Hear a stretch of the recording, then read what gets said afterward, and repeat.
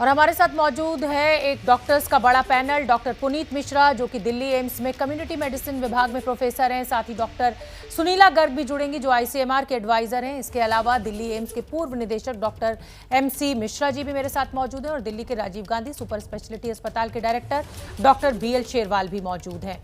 ये माना जा रहा है, मैं शुरुआत करूंगी डॉक्टर पुनीत मिश्रा आपसे, ये माना जा रहा है कि वैक्सीन ही कोरोना की लड़ाई में अब सबसे बड़ा हथियार है। बेड्स मिल नहीं रहे, ऑक्सीजन मिल नहीं रही, दवा मिल नहीं रही, तो कम से कम वैक्सीन तो मिलनी चाहिए। लेकिन वैक्सीन की कमी की खबरें पूरे देश से आ रही हैं और देश में चिंता बढ़ रही है। देखिए, दो अलग अलग चीज़ें हैं। एक वैक्सीन की बात है और दूसरी जो दवाइयों की या ऑक्सीजन की या अस्पताल बेड की बात है, क्योंकि वैक्सीन आपको इस बीमारी से बचाने में सहयोग करेगी। जिन लोगों को अगर वैक्सीन लग गई है, उनको अगर बीमारी होती भी है तो वो सीवियर नहीं होगी। जहाँ तक आपने दवाओं की बात की है या ऑक्सीजन की बात की है, ये वो लोग हैं जो ऑलरेडी संक्रमित हो चुके हैं किसी भी वजह से और उनको इस समय इलाज की ज़रूरत है। ये बिल्कुल सही है कि वैक्सीन जो है एक बहुत ही महत्वपूर्ण हथियार है इस पैंडेमिक से निपटने के लिए। लेकिन साथ ही साथ उतना ही ज़रूरी कोविड अप्रोप्रिएट बिहेवियर भी है। वैक्सीन की जो अवेलेबिलिटी है वो मुझे लगता है कि भारत सरकार बढ़ा रही है। जो यूनिट के प्रोडक्शंस हैं वो बढ़े हुए हैं।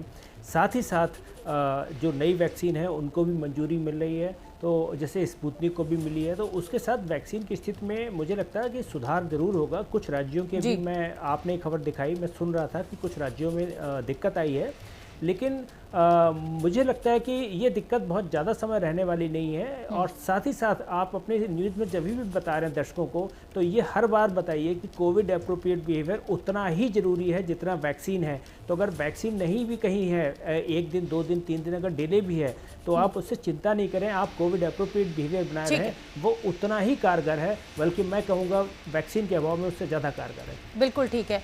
एम्स के पूर्व निदेशक डॉक्टर एमसी मिश्रा भी मेरे साथ बने हुए हैं। डॉक्टर मिश्रा, मैं ये जानना चाहूंगी, सवाल मुझसे बहुत लोग पूछ रहे हैं ट्विटर पे। अब जब देखा है कि इतने वरिष्ठ डॉक्टर्स का पैनल है मेरे साथ, तो मुझसे पूछा जा रहा है, मैं आपसे पूछना चाहती हूँ कि अगर किसी को एक वैक्सीन की डोज लग गई है और दूसरी डोज लगने के बीच में उसको कोविड हो जाता है, तो क्या वो 28 दिन या 45 दिन बाद ही दूसरी डोज लगवाए या इसको डिले किया जाएगा?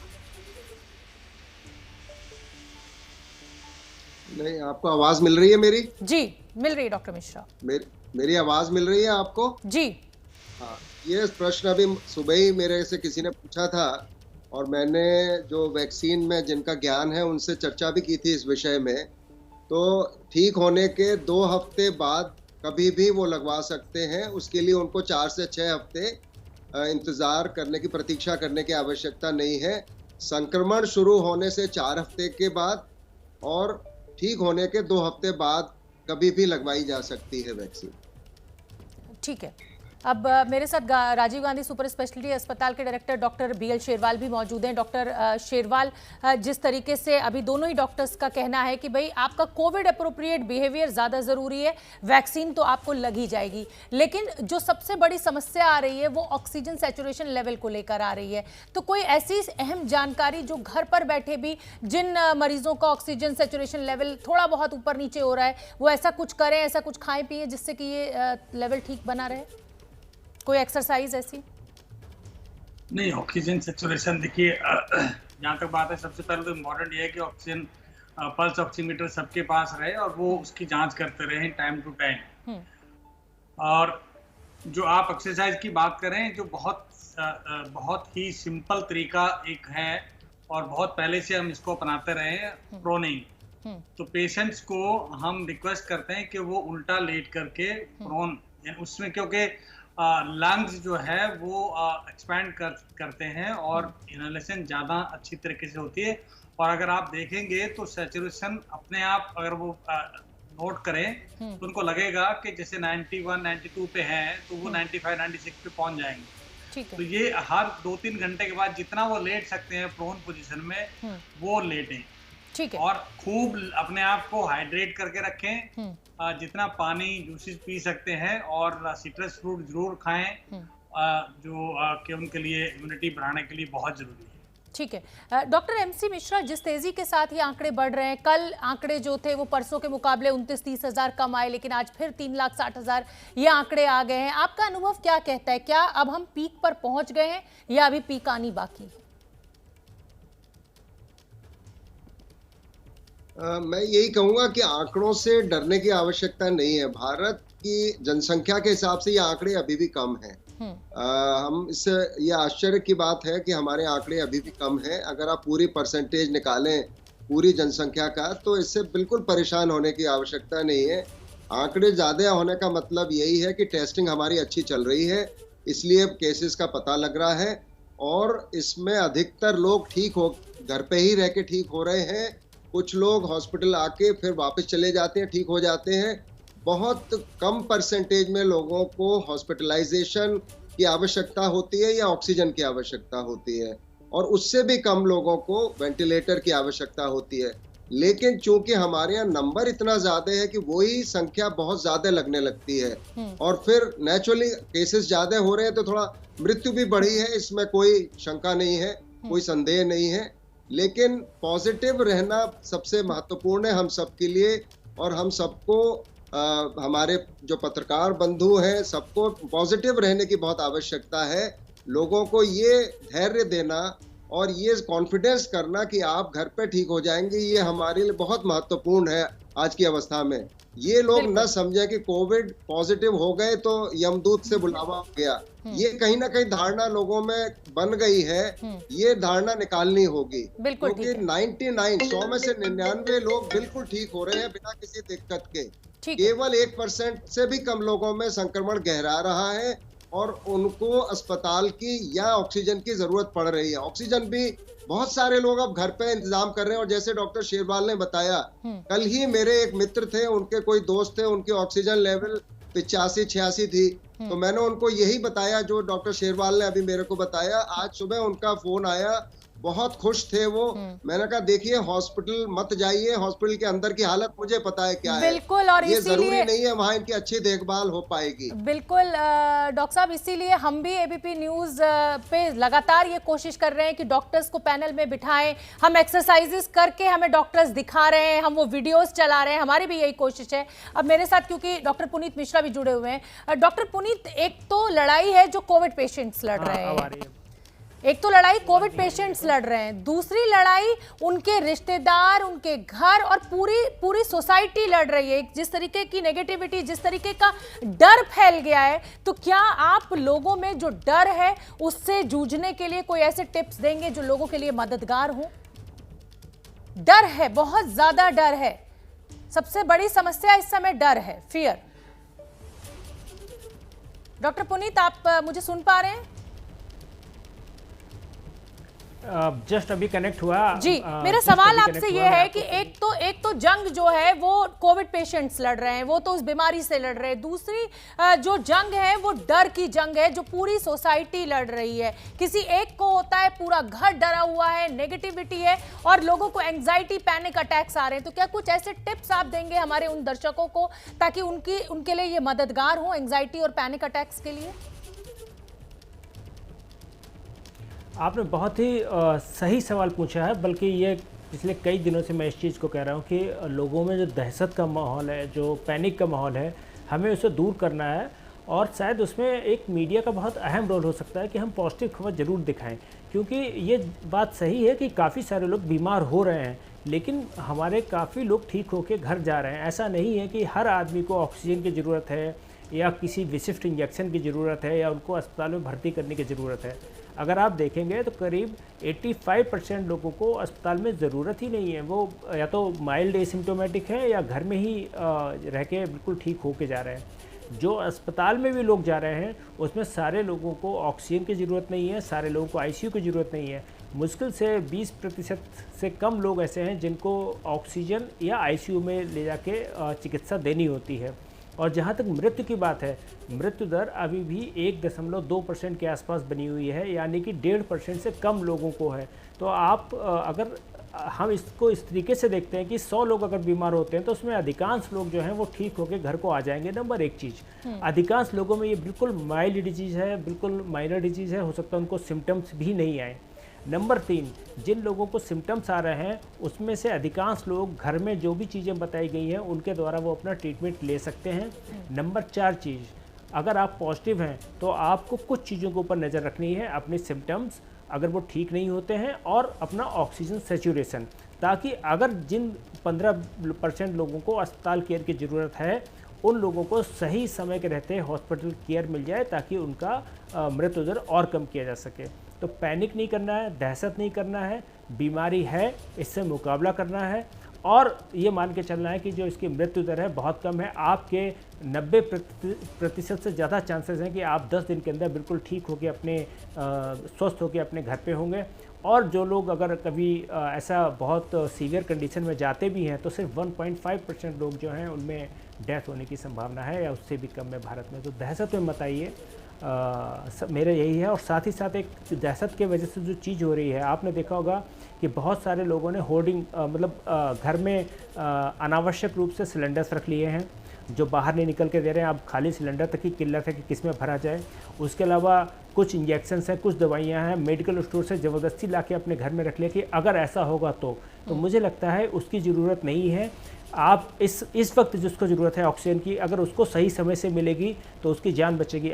अगर किसी के साथ ऐसी परिस्थिति बनती भी है कि आपको ज़रूरत पड़ेगी कभी आगे, तो उस समय ऑक्सीजन मिलेगी। लेकिन अगर सब लोग होर्डिंग करके रख लेंगे तो स्थिति खराब होगी आपके लिए भी और बाकी लोगों के लिए। बिल्कुल बिल्कुल, बहुत ही बड़ी बात आप कह रहे हैं डॉक्टर साहब कि इस समय होर्डिंग ना करें, जिम्मेदार नागरिक बने। किसी को ज़रूरत है और अगर आप अपने घर में रख लेंगे तो शायद उस ज़रूरतमंद के लिए दिक्कत खड़ी हो सकती है। BL शेरवाल भी हमारे साथ मौजूद है। डॉक्टर शेरवाल, मैं आपसे समझना चाहूँगी, इस समय रेमडेसिविर को लेकर बड़ी मारामारी है, जिसको देखो वो रेमडेसिविर मांग रहा है, जबकि डॉक्टर गुलेरिया ने आकर ये साफ कर दिया है कि रेमडेसिविर के और विकल्प भी मौजूद हैं। फिर आखिर डॉक्टर्स इस रेमडेसिविर की जगह दूसरे विकल्प का इस्तेमाल क्यों नहीं कर रहे हैं? क्या मजबूरी है, या रेमडेसिविर ही एकमात्र विकल्प है हमारे पास?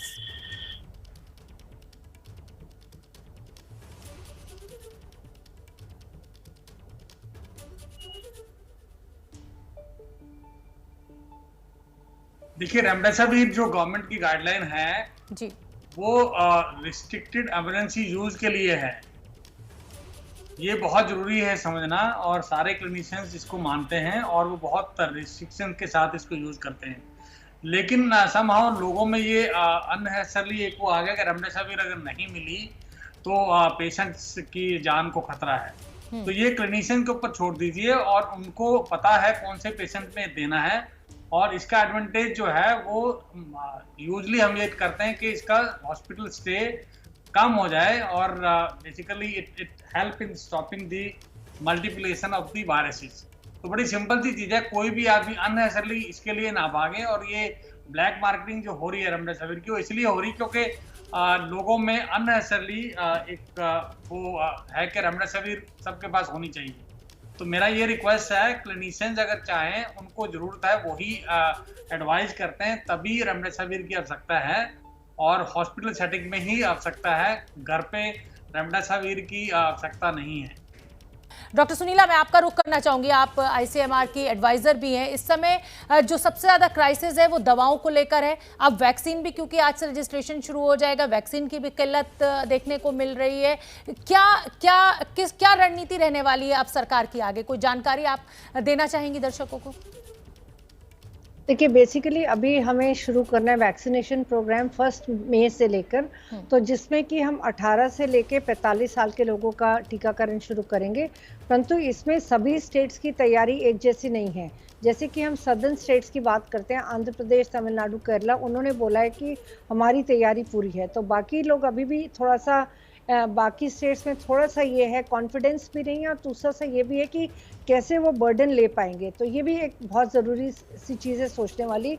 और इसमें जो कि स्टेट्स का शेयर है वो 50% के शेयर में से आधा शेयर है लगभग, और आधा शेयर लगभग हमारा कॉर्पोरेट सेक्टर को जाएगा। और कल ही एक मीटिंग जो कॉर्पोरेट सेक्टर की हुई है, वो भी अभी वर्क ऑन कर रहे हैं कि कितने उनके पास में वैक्सीन आएगी, किस तरह से उनकी टोटल बेनिफिशरीज होंगी, और कहाँ कहाँ पे वो लोग वैक्सीनेशन पॉइंट्स लगाएंगे।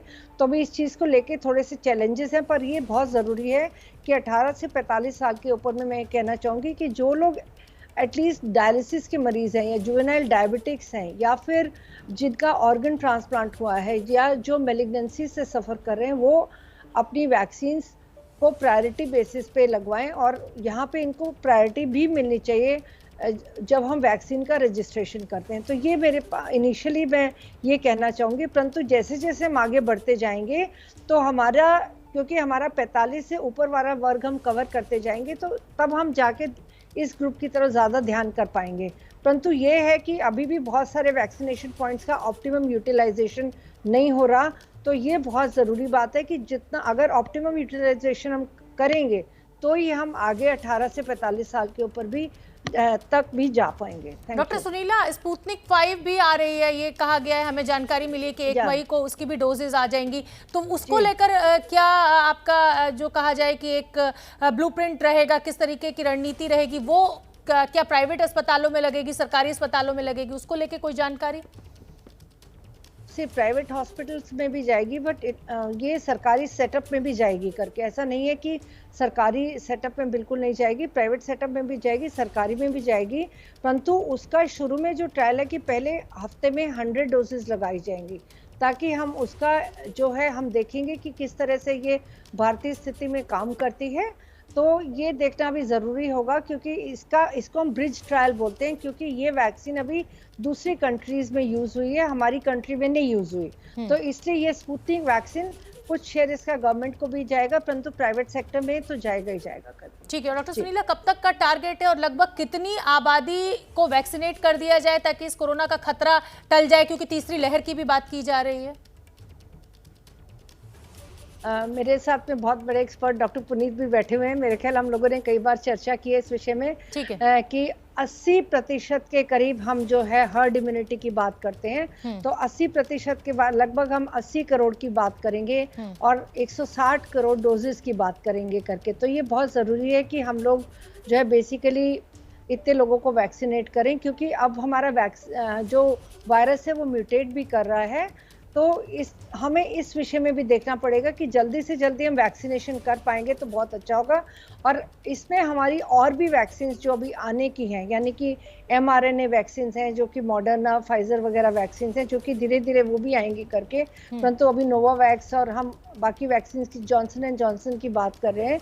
तो हमें ये कि जो भी वैक्सीन उपलब्ध हो वो लोगों ने जल्दी से जल्दी लेना चाहिए, ताकि हम म्यूटेंट स्ट्रेन्स का भी मुकाबला अभी हम कर पाएंगे। नहीं तो हमारे शरीर में जो एंटीबॉडीज जो बनी है वायरस वैक्सीन लेने के बाद में, वो इसके अगेंस्ट में, वायरस के अगेंस्ट में काम नहीं कर पाएंगे, क्योंकि हम डबल म्यूटेशन, ट्रिपल म्यूटेशन भी देख रहे हैं करके। तो ये बहुत ज़रूरी है कि लोग जल्दी से जल्दी आके अपना टीकाकरण कराएं, और आज की तारीख में हमारे वैक्सीन इफेक्टिव हैं। बिल्कुल, जिम्मेदारी दोहरी है, जिम्मेदारी नागरिकों की भी है डॉक्टर पुनीत की, वो आएँ और ज़्यादा से ज़्यादा संख्या में वैक्सीन लगवाएं, लेकिन साथ ही साथ राज्य सरकार और केंद्र सरकार की भी जिम्मेदारी है कि किसी भी वैक्सीनेशन सेंटर पर वैक्सीन खत्म ना हो और लोगों को फटाफट लगे और एक ड्राइव के तहत ये चले, क्योंकि अब ऐसा लग रहा है कि अब ये हाई टाइम है, इसके अलावा और कोई विकल्प हमारे पास है नहीं। डॉक्टर पुनीत, देखिए, वैक्सीन एक डेफिनेटली एक हमारे पास हथियार है, और जैसा कि शुरुआत में मैंने कहा था, कोविड अप्रोप्रिएट बिहेवियर, वैक्सीन ज़रूरी है, लेकिन एक चीज़ का हमें और ध्यान रखना। देखिए, हम इस समय वैक्सीनेशन के साथ साथ एक बहुत बड़ी संख्या में जो लोग कोविड से प्रभावित हो चुके हैं उस जनसंख्या से जूझ रहे हैं। और आपको मालूम है कि ये जो बीमारी है एक से दूसरे, दूसरे से तीसरे को इस प्रकार से संक्रमण पैदा करती है। तो इसमें एक चीज़ हमें और ध्यान रखना पड़ेगा। कई बार मैंने ये देखा कि वैक्सीनेशन सेंटर पे लोग भीड़ लगा लेते हैं, सोशल डिस्टेंसिंग नहीं है, तो वो कहीं एक ऐसा माध्यम ना बन जाए कि वहाँ से भी इन्फेक्शन ट्रांसमिट हो। तो हमें वैक्सीन देने के साथ साथ इस चीज़ का पूरा ध्यान रखना है कि जहाँ पर भी वैक्सीन हो रहा है वहाँ पे हम सारे प्रिकॉशंस लें, ताकि भीड़ वाली स्थिति ना बने।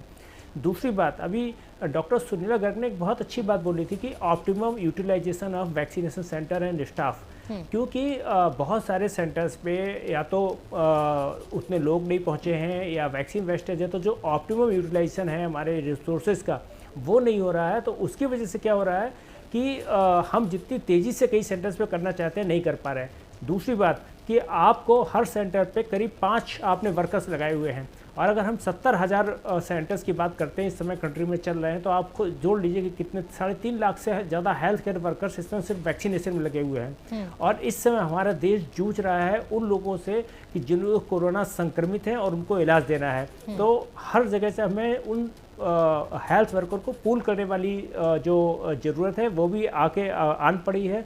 तो इसमें जनता को 2-3 चीज़ ध्यान रखना चाहिए कि जहाँ पे वैक्सीन लग रही है वहाँ पे आप जाएं, लगवाएं। भारत सरकार ने कितने 3.5 लाख हेल्थ वर्कर्स को सिर्फ आपके लिए लगाया हुआ है। इस परिस्थिति में जब हमारे पास हेल्थ वर्कर्स की कमी है, इन द सेंस कि इतने सारे लोग बीमार होकर आ रहे हैं, जो अभूतपूर्व देखा चाहिए 3.5-4 लाख लोग के आसपास हमारे कंट्री के अंदर आ रहे हैं। लेकिन इस बात से मैं आपकी से पूरा सहमत हूँ कि जो वैक्सीन है ये एक बहुत महत्वपूर्ण हथियार है, और 18 वर्ष से जो ऊपर के लोग हैं इसमें और भी महत्वपूर्ण हो जाता है, क्योंकि 18 से 45 वर्ष की वो जनसंख्या है जो काम धंधे के लिए घर से बाहर निकलती है, और ये लोग अपने परिवार के साथ रहते हैं। तो अगर ये इन्फेक्टेड होंगे तो अपने परिवार में लेके जाएंगे।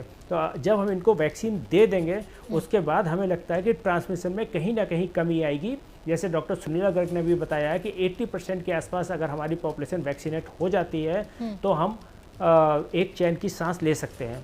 अभी आपने पढ़ा होगा अमेरिका में CDC ने उन लोगों को जो पूरी तरीके से वैक्सीनेटेड है उन लोगों को छोटे से ग्रुप में काम करने की अनुमति बिना मास्क के दी है। तो उस प्रकार से चीज़ें जितनी जल्दी हम वैक्सीनेट करेंगे हम नॉर्मलाइजेशन की तरफ उतनी ही तेज़ी से बढ़ेंगे। बिल्कुल ठीक है। डॉक्टर एम्स के पूर्व निदेशक डॉक्टर MC मिश्रा भी मेरे साथ जुड़े हुए हैं। डॉक्टर मिश्रा, ये एक लंबा समय लगेगा इस पूरे कार्यक्रम को चलने में। 130 करोड़ का देश है, अगर 80% लोगों को भी लगाई जाएगी तो लगता है आपको कि ये 1.5 साल का पूरा प्रोजेक्ट है और तब तक हमें कोविड के लिए जो हमारा अप्रोप्रिएट बिहेवियर है उसी का पालन करना ही एकमात्र उपाय है? बिल्कुल, देखिए 2020 पूरा निकला कि वैक्सीन कब आएगी। नई साल में वैक्सीन आ गई। हमने health care workers, frontline workers के लिए वैक्सीन पहली प्राथमिकता दी। 50% हमारे हेल्थ केयर वर्कर सामने नहीं आए। ये बड़ा दुर्भाग्य भारत का है कि हमने वैक्सीन उपलब्ध कराई और लोगों ने लगवाई नहीं, 50% लोगों ने। फिर हमने 45 वर्ष के ऊपर के कोमॉर्बिडिटी वालों को खोली, एल्डरली को खोली, उसमें हमारी अपटेक कम रही। फिर हमने सब 45 वर्ष से ऊपर सबको शामिल किया 1 अप्रैल से, उसमें भी अपटेक कम रही। और जितने जो डॉक्टर पुनीत कह रहे थे, ठीक, बिल्कुल ठीक बात है कि सरकारी टीकाकरण केंद्रों पे और प्राइवेट हॉस्पिटल्स के टीकाकरण केंद्रों पे बहुत स्टाफ इसमें लगा हुआ है टीकाकरण केंद्र में। और जहां जिस संस्थान से मैं जुड़ा हूँ वहां पे हम बिल्कुल मॉनिटर करते हैं डे टू डे बेसिस पे कितने टीकाकरण हुए रोज। तो जितनी हमारी क्षमता थी उसका 50% भी लोग लगवाने नहीं आते थे। तो ये कहना कि वैक्सीन की उपलब्धता नहीं है, ये सही नहीं है बात। वैक्सीन की उपलब्धता अब तक रही है पूरी तौर से, लोगों ने आगे लगाया नहीं, क्योंकि हमको उम्मीद थी कि हम 45 वर्ष से ऊपर के सब लोगों को शामिल कर लेंगे तो कम से कम हम 20 करोड़ लोगों को कवर कर सकेंगे। अभी तक हम केवल लगभग 15 करोड़ पे हम पहुंचे हैं, जिसमें 15 करोड़ सभी को 2 डोज नहीं लग पाई हैं। तो अब हमारा सबका मानना यह है, डॉक्टर सुनीला, डॉक्टर पुनीत, मेरा भी, कि अगर हमें इस संक्रमण से मुक्ति पानी है तो टीकाकरण अभियान में बहुत तेजी लानी होगी। और देखिए सबसे ज्यादा टीकाकरण 2 अप्रैल को हुआ 43 लाख लोगों का। वो आंकड़ा दोबारा नहीं पहुंचा, उससे पहले भी नहीं पहुंचा। तो हम चाहेंगे कि वो आंकड़ा बार बार पहुंचे और उससे ज्यादा भी पहुंचे, और लगभग हम 10 मिलियन वैक्सीन रोज लगाएं मई के अंत तक, और जून में उससे भी ज्यादा लगाएं। आप बिल्कुल ठीक कह रहे हैं डॉक्टर मिश्रा, और ये मैं भी सहमत हूं कि जिस समय ये वैक्सीन जनवरी में लगना शुरू हुई, 16-17 जनवरी के आसपास से ये शुरू हुआ था कार्यक्रम, उसमें उस समय लोगों में एक संकोच था, लोगों में एक विश्वास नहीं था, और क्योंकि उस समय कोरोना का आंकड़ा भी घटने लगा था तो इस अविश्वास के चलते लोग जा नहीं रहे थे। लेकिन अब क्योंकि सिचुएशन बदल गई है, स्थिति बदल गई है, पैनिक में है लोग, इसलिए अब भीड़ लगने लगी है, इसलिए बहुत ध्यान देना है और वैक्सीन जरूर लगवानी। डॉक्टर सुनीला, आप कहती हैं कि 80% लोगों तक ये टीका वैक्सीनेशन का पहुंच जाना चाहिए। कितना टारगेट आप लेकर चल रही है? ये सरकार कब तक अचीव कर लेगी? कितना हमें 1 साल, 1.5 साल कितना लगेगा? अगर हम ऑप्टिमली हर एक सेंटर को यूटिलाइज करते हैं, यानी कि अगर हम देखें हमारे पास में 29,000 के करीब कोल्ड चेन पॉइंट्स हैं और उसके अगेंस्ट में हम 3 वैक्सीनेशन पॉइंट्स भी बनाते हैं, तो हमारे पास में 75,000 के करीब हो जाएंगे। तो 75,000 में अगर हम हर एक वैक्सीनेशन सेंटर हमारा 200 भी लगाता है तो करीबन हम 1.5 करोड़ को हम वैक्सीनेट पर डे कर पाएंगे, हमारी जनता को, 1.5 करोड़ जनता को। यानी कि आप सोचिए कि हम महीने में करीबन अगर हम 1.5 करोड़ की बात करें तो 30 दिन में हम करीबन 30 करोड़ कर सकते हैं। ये हमारा बहुत ही इजी टारगेट है। 200 लोगों को वैक्सीनेशन करना कोई बहुत मुश्किल बात नहीं है, परंतु यही है कि हम लोग ये देखते हैं, जो कि अभी डॉक्टर मिश्रा भी बता रहे थे करके, डॉक्टर पुनीत ने बताया कि शुरू में भी जब हुआ और अभी भी हुआ, हम लोग जैसे हमारे प्रधानमंत्री जी ने टीका लगवाया, उसके बाद तुरंत काफ़ी लोग आए। कल हमने ये भी देखा कि मुंबई में लोगों ने 5 लाख लोगों ने टीका लगवाया। इस तरीके से अगर हमारा टीकाकरण चलता रहा और आप लोगों के माध्यम से अगर जागरूकता रोज होती रही सभी लोगों में, मैं तो यही कहती हूँ कि हर एक इंसान को 10 लोगों को मोटिवेट करना चाहिए, ताकि और जहाँ पे भी आप चाहे टैक्सी से आ रहे हैं, ऑटो से आ रहे हैं, पूछिए उससे कि उसने टीकाकरण अपना कराया कि नहीं कराया। ये मेरे साथ वास्तव में भी हुआ था। एक बार मैं एक मिनिस्ट्री मीटिंग अटेंड करने गई थी, तो मैंने वो टैक्सी वाले से पूछा, भैया आपने टीका लगाया कि नहीं? कहते नहीं। तो मैंने कहा आप फौरन चलिए, आपका टीका, उसी दिन उसका टीकाकरण हो गया। तो उसने जितने भी दूरदर्शन में वो लोग थे, उन्होंने सबका टैक्सी ड्राइवर्स का टीकाकरण करवाया, क्योंकि उसका अनुभव भी अच्छा था। थोड़ा सा ये भी हमें देखना पड़ेगा, परंतु जानकारी सब तक पहुंचनी चाहिए और हमें स्टेट बाय स्टेट हमारी स्ट्रैटेजी देखनी पड़ेगी, क्योंकि जो हम दिल्ली में कर रहे हैं, जो हम केरला में कर रहे हैं, या जो हम महाराष्ट्र में कर रहे हैं, हमें देखना पड़ेगा कि हर एक जगह के अनुसार में हमारी ये कार्य प्रणाली जो है अलग अलग रहेगी, ताकि फिर हम ज़्यादा से ज़्यादा लोगों को वैक्सीनेट कर सकें। और ज़रूरत पड़ेगी तो सामुदायिक केंद्रों वगैरह में भी ये वैक्सीनेशन पॉइंट्स लगाए जाएंगे।